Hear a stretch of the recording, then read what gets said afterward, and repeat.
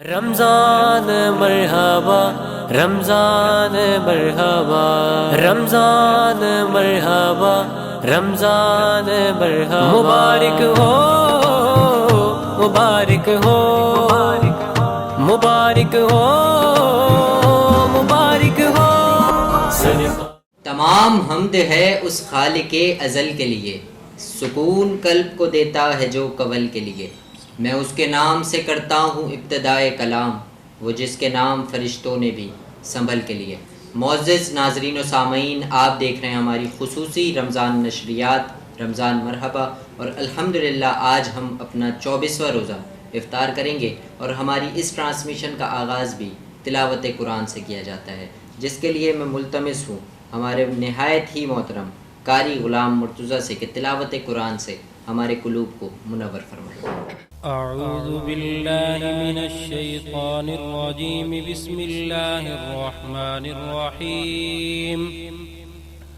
والضحى والليل إذا سجى ما ودعك ربك وما قلى وللآخرة خير لك من الأولى ولسوف يعطيك ربك فترضى ألم يجدك يتيما فآوى ووجدك ضالا فهدى ووجدك عائلا فأغنى فأما اليتيم فلا تقهر وأما السائل فلا تنهر وأما بنعمة ربك فحدث صدق الله العظيم۔ ماشاء اللہ، سبحان اللہ۔ ہماری 24ویں نشریات کا باقاعدہ آغاز تلاوت قرآن سے ہو چکا ہے، اور حمد باری تعالیٰ کے لیے میں ملتمس ہوں حافظ ذیشان عقیل سے کہ اپنے مخصوص انداز میں حمد باری تعالیٰ پیش کریں۔ تیرے ہیں ہم تیرے ہیں، جیسے بھی ہیں تیرے ہیں میرے اللہ، جیسے بھی ہیں تیرے ہیں، دامن عجز بکھیرے ہیں میرے مولا، دامن عجز بکھیرے ہیں، جیسے بھی ہیں تیرے ہیں، اور کوئی نہ اپنا میں غیر بات، تیرے ہو کر جائیں کہاں، تیرے ہو کر جائیں کہاں، تیرے در پہ ڈیرے ہیں اللہ جی، تیرے در پہ ڈیرے ہیں، جیسے بھی ہیں تیرے ہیں، جیسے بھی ہیں تیرے ہیں۔ بہت خوبصورت دعا کرنے لگا ہوں کہ روز قیامت ہو روبرو، ہاں روز قیامت ہوں سرخ رو، جب ہوں تیرے روبرو، جب ہوں تیرے روبرو، کہہ دینا یہ میرے ہیں اللہ جی، کہہ دینا یہ میرے ہیں، جیسے بھی ہیں تیرے ہیں، جیسے بھی ہیں تیرے ہیں، دامن عجز بکھیرے ہیں میرے مولا، دامن عجز بکھیرے ہیں، جیسے بھی ہیں تیرے ہیں۔ ماشاءاللہ، سبحان اللہ، بہت ہی خوبصورت انداز میں اپنی عقیدتوں اور محبتوں کے نذرانے پیش کر رہے تھے۔ ناظرین و سامعین، چلتے ہیں ہمارے اگلے سیگمنٹ کی طرف، اور ہماری خوش نصیبی ہے، خوش قسمتی ہے کہ ہماری دینی رہنمائی کے لیے آج مفتی محمد فاروق صاحب ایک مرتبہ پھر ہماری اس ٹرانسمیشن کا حصہ بنے۔ حضرت بہت شکریہ ہماری اس ٹرانسمیشن کا ایک مرتبہ پھر بننے کے لیے۔ سب سے پہلا سوال انتہائی ادب کے ساتھ آپ سے عرض کروں گا کہ ہمارے معاشرے میں جیسے کہ آپ کو پتہ ہے کہ خودکشیاں بہت بڑھ رہی ہیں، لوگ گھریلو پریشانیوں کے باعث اور دیگر معاملات کے باعث خودکشی کی طرف راغب ہو جاتے ہیں، تو ان لوگوں کو جو اس خیال کو سوچ رہے ہیں، خودکشی کرنے کا ارادہ رکھتے ہیں، کیا پیغام دیں گے؟ بسم اللہ حامد و مصلیہ اما بعد. سب سے پہلے تو آپ کا شکریہ کہ آپ نے ہمیں دوبارہ پروگرام میں مدعو فرمایا. موجودہ وقت میں بڑھتی ہوئی خودکشی یہ انتہائی تشویشناک بھی ہے اور اہل اسلام کے لیے جو ہے لمحہ فکریہ بھی ہے کہ اہل اسلام جو ہے مسلمانان اس کے اوپر سنجیدگی کے ساتھ جو ہے غور کریں کہ یہ خودکشیاں کیوں بڑھ رہی ہیں، اس کے مین سبب کیا ہے. تو میرے دوستو، خودکشی کے بڑھنے کی جو مین جو اسباب ہیں وہ ایک تو بے روزگاری ہے. بظاہر جو نظر آتی ہے کہ بے روزگاری اس حد تک بڑھ چکی ہے کہ ہر آدمی پریشان ہے کہ کیسے اپنا پیٹ پالے، کیسے اپنے بچوں کو پالے. اور دوسری اہل علاقہ کی، پڑوسیوں کی، محلے والوں کی عدم توجہ کہ آج جو ہے ہم اپنے معاشرے کو ایسا بنا چکے ہیں کہ ہر کوئی ایک دوسرے سے بیگانہ ہے. سب بیگانے ہو چکے ہیں. بھائی بھائی سے بیگانہ ہے، پڑوسی پڑوسی سے بیگانہ ہے. کسی کو علم ہی نہیں ہے کہ میرے پڑوس میں میرا پڑوسی کیسا ہے، کس حال میں ہے. جبکہ ہمارا جو دین ہے، دین اسلام، بڑا خوبصورت دین ہے. ہم اپنے بزرگوں کو دیکھیں، جناب نبی کریم صلی اللہ علیہ وسلم جن کا ہم نام لیتے ہیں، جن کے ہم پیروی کرتے ہیں، جن کو ہم اپنا پیغمبر مانتے ہیں، ہادی مانتے ہیں، رہبر و رہنما مانتے ہیں، جن کے لائے ہوئے دین کو ہم نے آمنا و صدقنا کہہ کر دل سے قبول کیا ہے، اس آقا دو جہاں صلی اللہ علیہ وسلم کی تعلیم کو دیکھیں کہ انہوں نے کیا تعلیم دی، کیسے بے کسوں کی مدد فرمائی، خود اپنے پیٹ پر پتھر باندھے لیکن دوسروں کی فکر کی. اور ہمارے حضرات صحابہ کرام رضوان اللہ علیہ مجمعین، ان کو ہم اپنے سامنے رکھیں، ان کی زندگی کو اپنے سامنے رکھیں کہ انہوں نے جو ہے کیسے اپنے اوپر دوسروں کو ترجیح دی. پھر خود قرآن نے اللہ نے ان کی تعریف بیان فرمائی قرآن میں، وَيُؤْثِرُونَ عَلَىٰ أَنفُسِهِمْ وَلَوْ كَانَ بِهِمْ خَصَاصَةٌ، کہ یہ لوگ اپنی جانوں پر دوسروں کو ترجیح دیتے ہیں اگرچہ خود خستہ حال ہیں، اگرچہ خود خستہ حال ہیں، خود فقر و فاقہ کے اندر مبتلا ہے. وہ ایک واقعہ مشہور ہے نا کہ ایک صحابی نے کسی کے یہاں سری بھیج دی، ہدیہ کر دی.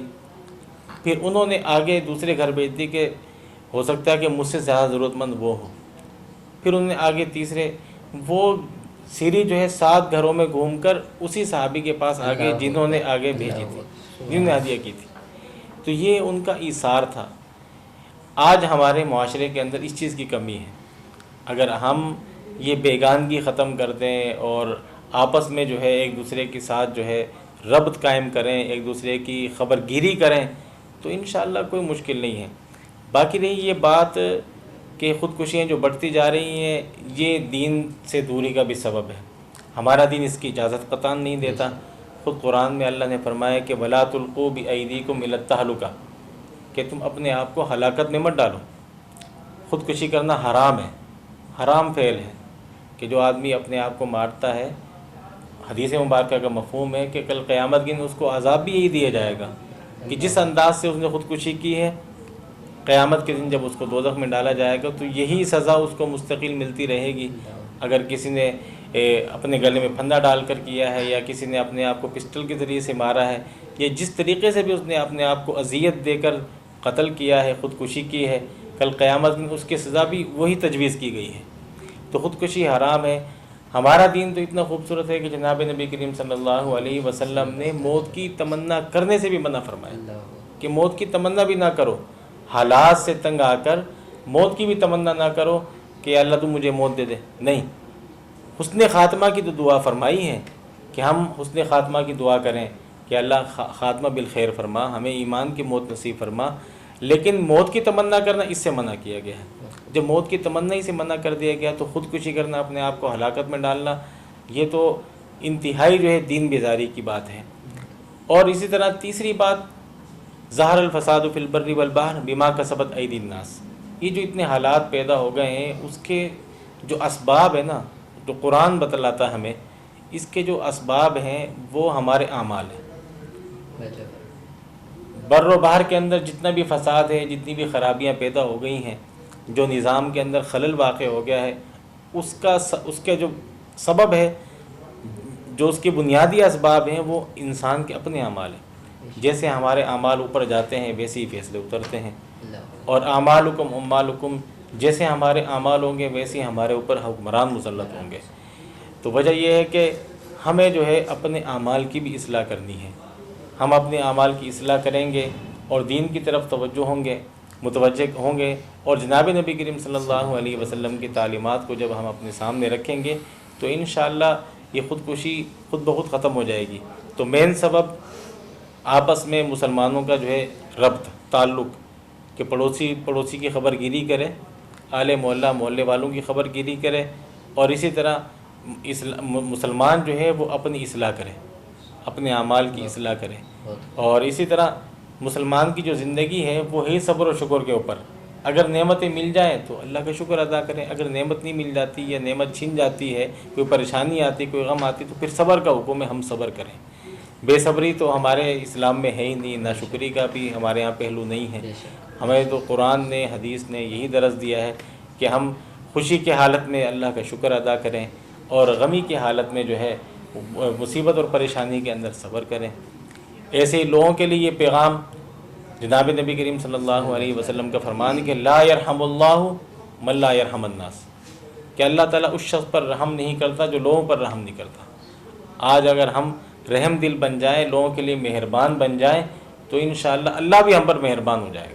بہت خوب، بہت خوب۔ اچھا مفتی صاحب، بڑھتی ہوئی مہنگائی کو دیکھ کے لوگ سود کی طرف چلے جاتے ہیں، تو ان کے لیے کیا حکم ہے؟ ہاں، یہ مہنگائی کی شرح تو دیکھو، مہنگائی تو ہے ایک اپنی جگہ پر، لیکن سود کی طرف جانا یہ اور اپنے آپ کو مصیبت میں ڈالنے والی بات ہے۔ آدمی جو ہے سود کی طرف جاتا ہے، سود ایک لعنت ہے، بے شک سود ایک بہت بڑی لعنت ہے۔ سود لینے والا، دینے والا، سود کا گواہ بننے والا، سود کا لکھنے والا، چاروں پر اللہ کے رسول صلی اللہ علیہ وسلم نے، اللہ نے، فرشتوں کی لعنت ہے، لعنت فرمائی گئی کہ ان چاروں اشخاص پر لعنت ہے، سود دینے والے پر، لینے والے پر، گواہ بننے والے پر، لکھنے والے پر۔ اور سود تو اتنا سنگین گناہ ہے کہ جناب نبی کریم صلی اللہ علیہ وسلم نے ارشاد فرمایا کہ سود کھانے والا ایسا ہے گویا کہ اپنی ماں کے ساتھ بدکاری کرنے والا۔ اپنی ماں کے ساتھ بدکاری کتنا بڑا سنگین جرم ہے۔ اور پھر اللہ رب العزت نے بھی اعلان جنگ فرمایا ہے کہ جو لوگ سود کا کام کرتے ہیں، اللہ اور اس کے رسول کی طرف سے اللہ نے فرمایا کہ وہ اعلان جنگ سن لیں، ان کے لیے اعلان جنگ ہے۔ اب اس کے بارے میں فقہاء نے تو یہ فرمایا کہ جو لوگ سود کا لین دین کرتے ہیں ان کے خلاف حاکم وقت کو جہاد کا حکم ہے کہ وہ ان کے خلاف جہاد کرے، یا تو وہ باز آ جائیں، اگر وہ باز نہیں آتے تو پھر ان کے خلاف جہاد کا حکم ہے۔ یا دوسرا مفہوم یہ بتلایا علماء نے کہ کل قیامت کے دن جو ہے اللہ رب العزت باقاعدہ ان سے یہ کہیں گے سود خوروں کو کہ آؤ اپنے ہتھیار نکالو اور مجھ سے لڑائی کے لیے آ جاؤ، اور اللہ سے کون لڑ سکتا ہے؟ تو سود کی لعنت میں پڑنا یہ اپنے آپ کو اور مصیبت میں ڈالنے والی بات ہے۔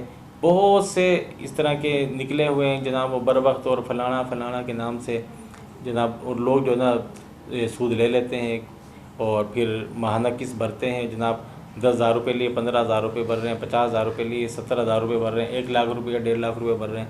بھائی آپ ایسا کام کیوں کر رہے ہیں؟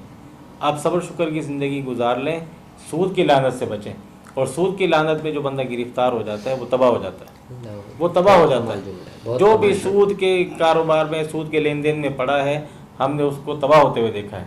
تو سود کی لعنت سے ہمیں بچنا چاہیے، اپنے معاشرے کو بھی بچانا چاہیے کہ سود کے معاملات کے اندر بالکل نہ پڑیں۔ اس سے کبھی بھی حالات سدھر نہیں سکتے، بے برکتی اور زیادہ بڑھے گی، اور رزق کے اندر اور مزید تنگی آئے گی، اور کاروبار اس سے کبھی سدھر نہیں سکتا۔ جو حرام مال ہے اس میں کبھی برکت نہیں ہو سکتی، حرام مال میں کبھی برکت نہیں ہے، حلال مال کے اندر جو ہے اس میں برکت ہے۔ ہم کسب حلال کی کوشش کریں، محنت سے کمائیں، کھائیں، محنت سے اپنی روزی کمائیں، محنت سے جو ہے محنت کی کمائی سے اپنے بچوں کا پیٹ پالیں، چاہے ہم جو ہے نا روکھی سوکھی کھائیں، انشاءاللہ ایک دن آئے گا. یہ تو اللہ کی طرف سے فیصلہ ہے نا. اللہ یبسط الرزق لمن یشاء ویقدر، اللہ تعالیٰ جس کا رزق چاہتے ہیں تنگ فرما دیتے ہیں، جس کے چاہے کشادہ فرما دیتے ہیں. یہ تو رزق کی تنگی اور رزق کی کشادگی یہ اللہ کے اپنے اختیار میں ہے. اللہ ہی نے امیری اور غریبی بنائی ہے، بندے کا کوئی عمل دخل نہیں ہے اس میں. اللہ کی طرف سے یہ امیری ہے اور اللہ ہی کی طرف سے یہ غریبی ہے. اگر ہم اس فیصلے کو، اللہ کے اس فیصلے کو قبول کر لیں، اور صفت ایمان مفصل میں آپ نے پڑھا ہے آمنت باللہ و ملائکتہ و کتبہ و رسولہ والیوم الآخر والقدر خیرہ و شرہ من اللہ تعالیٰ، کہ اچھی بری تقدیر اللہ کی طرف سے ہے. اس پر ہمارا ایمان ہونا چاہیے.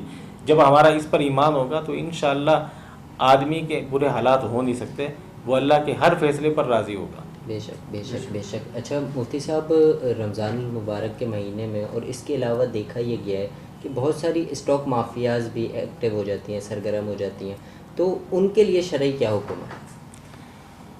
ہاں، اسٹاکر ہمارے یہاں بہت زیادہ ہو چکے ہیں. ذخیرہ اندوزی جو ہے یہ فعل اچھا نہیں ہے، یہ حرام ہے یہ فعل ذخیرہ اندوزی. اور اس صورت میں کہ جب کہ وہ چیز مارکیٹ کے اندر ناپید ہو جائے اور لوگوں کے لیے دشوار زندگی بن جائے، اور ایسی چیزوں کو جو خورد و نوش والی ہے اسٹاک کر کے عوام کو پریشانی میں مبتلا کرنے والی چیز ہو، تو وہ حرام ہے.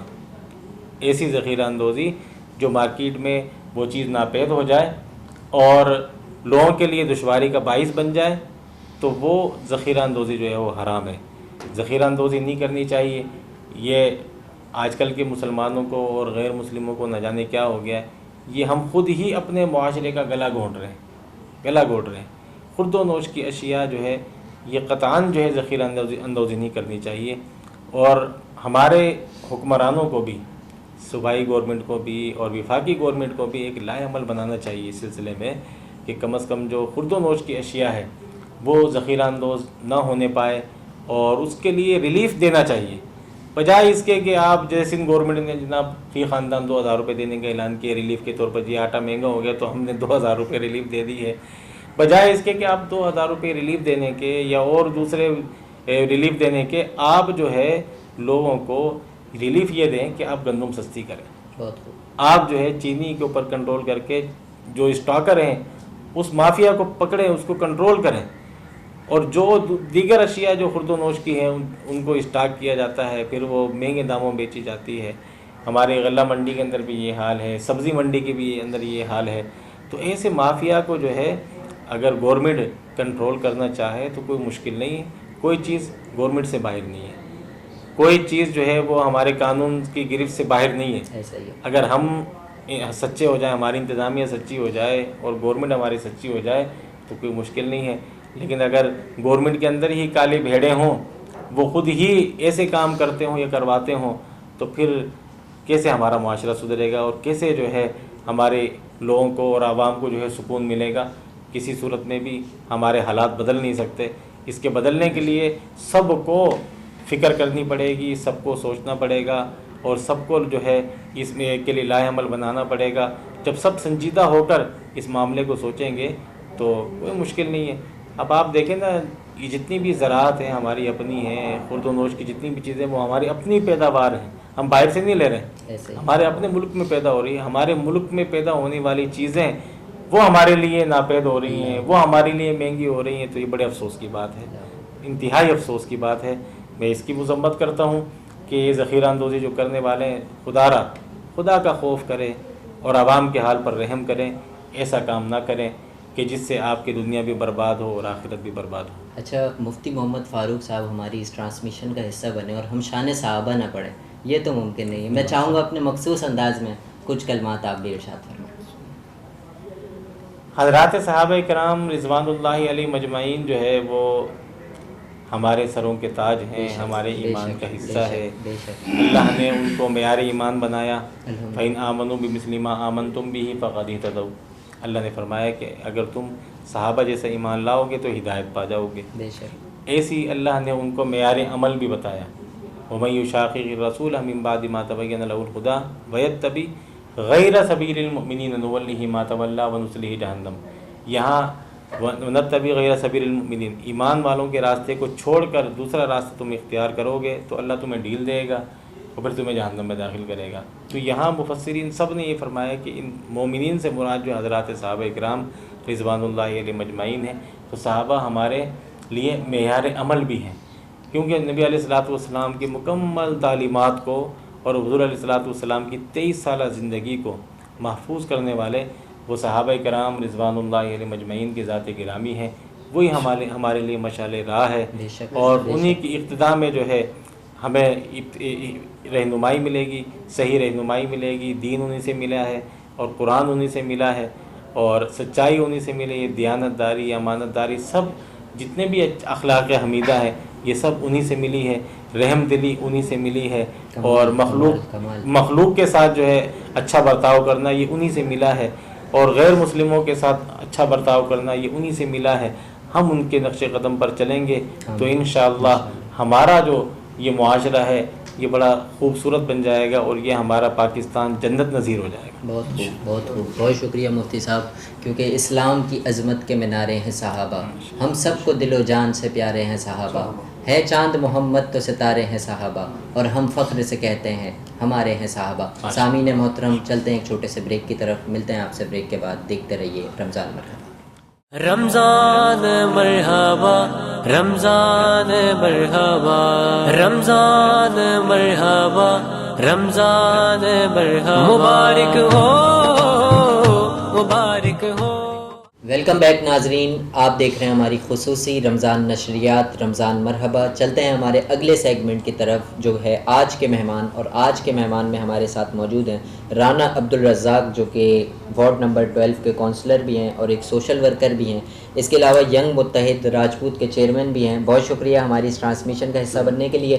سب سے پہلا سوال آپ سے یہ کروں گا کہ ینگ متحد راجپوت کے پلیٹ فارم سے کس طرح اپنی عوام کی خدمت کر رہے ہیں؟ بسم اللہ الرحمن الرحیم۔ سب سے پہلے تو میں آپ کا شکریہ ادا کروں گا کہ آپ نے مدعو کیا مجھے۔ ہم ینگ متحدہ ویلفیئر میں جو کام کر رہے ہیں، فنڈ آیا 11,011 میں، انشاءاللہ ہم نے جو ہے نا خدمت کی، پوری قوم کی، پورے شہر کی، اور اب جو آیا اس میں بھی خدمت کی۔ اس کے علاوہ بھی جو ہے جیسے کرونا وائرس ہوا تو ہم نے کوشش کی ادنا سی، سب تو نہیں کر سکتے اتنا بڑا، تو ہم بالکل کچھ لوگوں کو سبزی کے بہانے سے یا کسی کو اور تھوڑا بہت راشن کے بہانے سے ہم نے کوشش کی ماشاءاللہ کہ کسی کا کوئی نہ کوئی ہو جائے، ہم نے کی۔ بہت خوب، بہت خوب۔ اچھا رانا صاحب، رمضان المبارک کا مبارک مہینہ ہے، نفرتیں بہت پھیلی ہوئی ہیں، کوئی ایسا پیغام دیں رمضان المبارک کے حوالے سے جس سے محبتیں عام ہو سکیں؟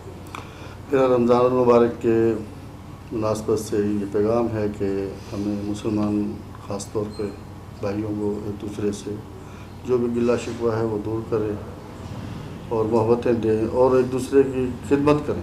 بالکل، جیسے ہمارے شہر میں بہت صاحب حیثیت لوگ ہیں ماشاءاللہ، وہ تھوڑا تھوڑا قطرہ قطرہ بھی ملائیں گے نا تو انشاءاللہ جو ہے ہم اپنے پورے شہر کو کور کر لیں گے، اور کرنا چاہیے۔ ہمارے جو تاجر حضرات ہیں، میں بھی ایک تاجر ہوں، تو کوشش کرنی چاہیے۔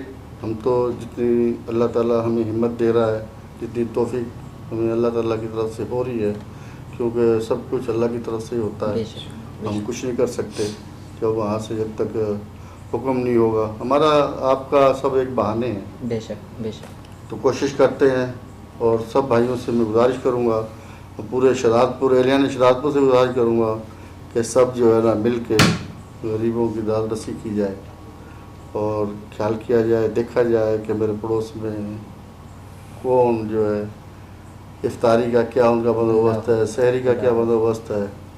کم از کم جو ہے نا زیادہ نہیں تو ایک آدمی جو ہے نا اپنے محلے میں اپنی گلی کا ہی جو ہے تھوڑا سا بندوبست کر لے تو انشاءاللہ قطرہ قطرہ سمندر ہو جاتا ہے۔ اچھا رانا صاحب، آپ تاجر بھی ہیں، تو تاجروں کو کیا پیغام دیں گے؟ تاجروں کو میرا یہ پیغام ہے کہ ایمانداری سے کام کریں، بے ایمانی نہیں کریں، اپنا مال دکھا کے بیچیں۔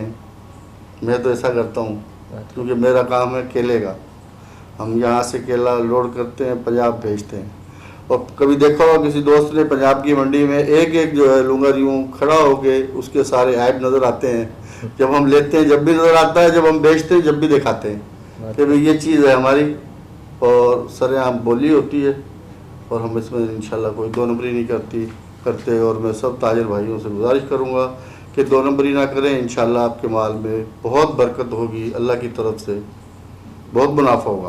بہت شکریہ, بہت شکریہ, بہت شکریہ. ناظرین و سامعین, یہ تھے جناب رانا عبدالرزاق جو کہ بہت ہی خوبصورت انداز میں گفتگو فرما رہے تھے.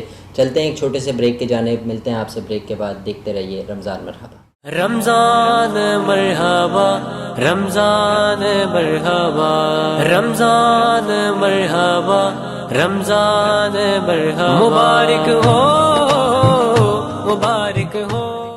ویلکم بیک ناظرین, آپ دیکھ رہے ہیں ہماری خصوصی رمضان نشریات رمضان مرحبا. اور اختتام پہ جانے سے پہلے میں چاہوں گا کہ ہمارے معزز مہمان جناب حافظ ذیشان عقیل صاحب شان صحابہ میں ایک کلام پیش کریں اور اپنی عقیدتوں کے نذرانے پیش کریں. صحابہ کو دھڑکن بنا کر تو دیکھو, صحابہ صحابہ ہمارے صحابہ.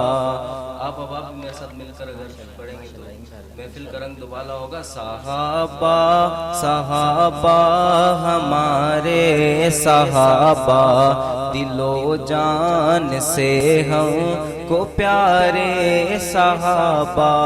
صحابہ صحابہ ہمارے صحابہ, دل و جان سے ہم کو پیارے صحابہ.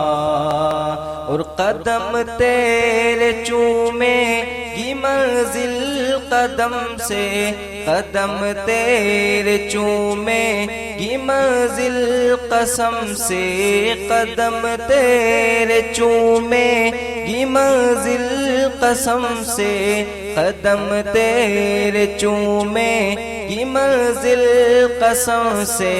صحابہ کو منزل بنا کر تو دیکھو, صحابہ کو منزل بنا کر تو دیکھو, صحابہ کو دل میں بسا کر تو دیکھو. صحابہ صحابہ ہمارے صحابہ, دل و جان سے ہم کو پیارے صحابہ.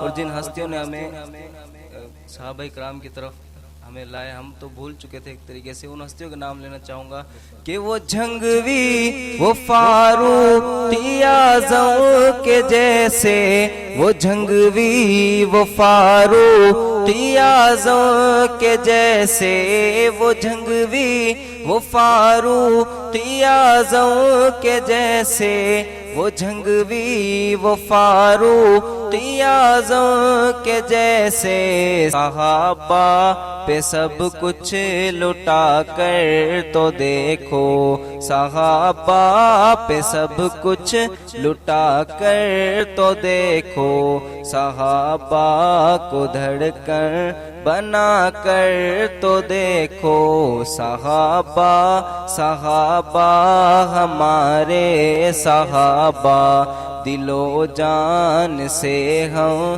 کو پیارے صحابہ. ماشاءاللہ, سبحان اللہ. ناظرین و سامعین, چلتے ہیں اختتام کی جانب. اور آج میں اور آپ اپنا 24واں روزہ افطار کریں گے.